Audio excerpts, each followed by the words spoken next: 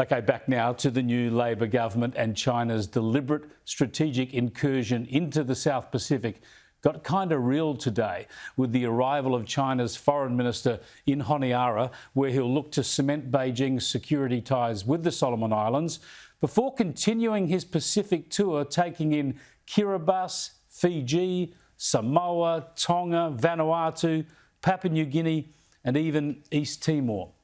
This is an extraordinarily symbolic and proactive act of diplomacy, with China looking to rope 10 Pacific nations into a security deal.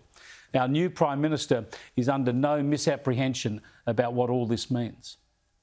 We've known that China is seeking to extend its influence into the region.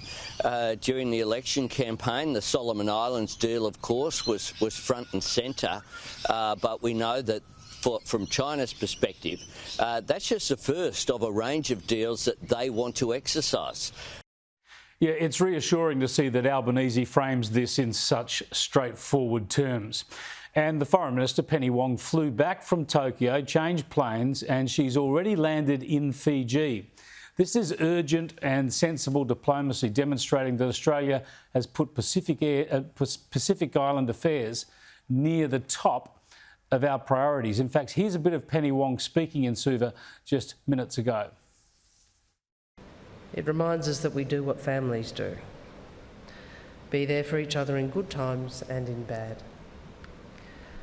And that's why I've travelled here this week, to make clear on behalf of the new Australian government, and in particular on behalf of the new Prime Minister, Anthony Albanese, that our commitment to you is this: we will work with you to make our Pacific family even stronger.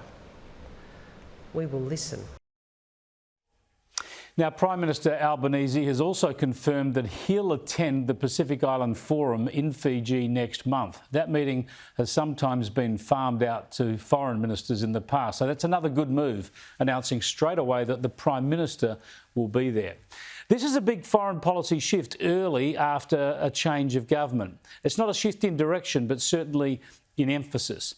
So let's get a couple of things clear here. It is excellent news that Labor will increase aid to the Pacific.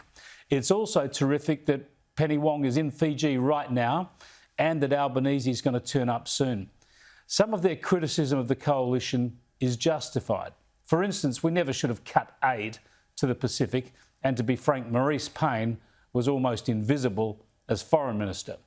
But while Australia is a big deal in the Pacific, we're hardly responsible for the decisions of sovereign nations. And many other donor nations play a major role in the region, including New Zealand, the UK, France and Japan. So if Australia dropped the ball here, so too did those countries. And the most important nation in this equation is, of course, the United States, especially when it comes to these security arrangements with China. The US, too, now needs to play catch-up. And while Albanese and Wong are doing the right thing in dramatically scaling up Australia's approach, it'll be the actions and diplomacy of the United States that really count.